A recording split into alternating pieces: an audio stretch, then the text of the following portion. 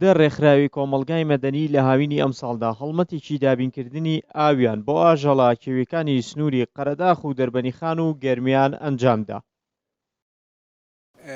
ئێمە تقریبان دە ڕێکخراوی کۆمەڵگەی مەدەنی بووین بیرمان لێ کردەوە کە ئەلەم هاویناوە لەم بێ ئاویە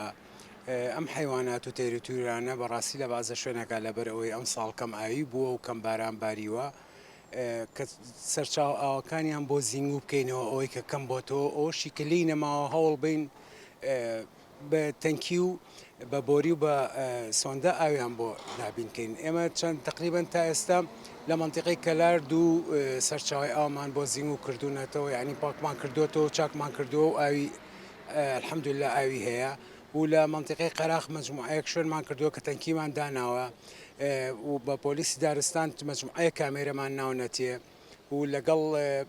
بەرمیل و لەگەڵ سۆندە و لەگەڵ ماتۆڕی ئاویش بۆ سەر تەنکەرەکانیان بۆ تەنکەری و بۆ تراکتۆرەکانیان.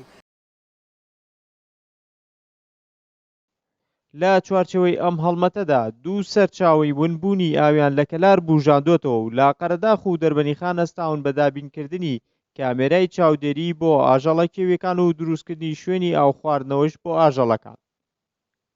من ئەمڕۆ کاتمە دەربەنیغان زۆر خۆشحاڵ بووم. ئەمە نیشانەی شارستانیەتی خەڵکی دەربەنیغان، نیشانەی ئەوەیە کە هەست بە مەسئولیات دەکەن کە ئەم شارە من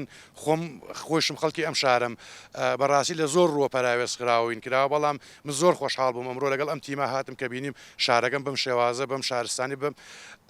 ئەقلێتەوە پارێزگاری لەم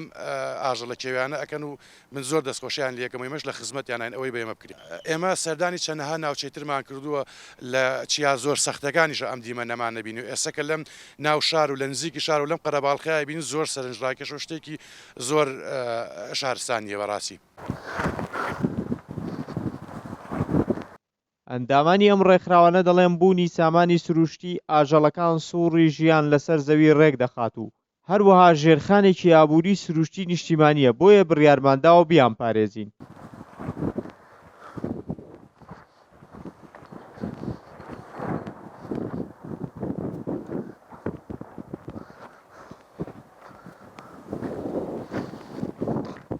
ڕێبین محەممەد شارپرێس دەربەنیخان.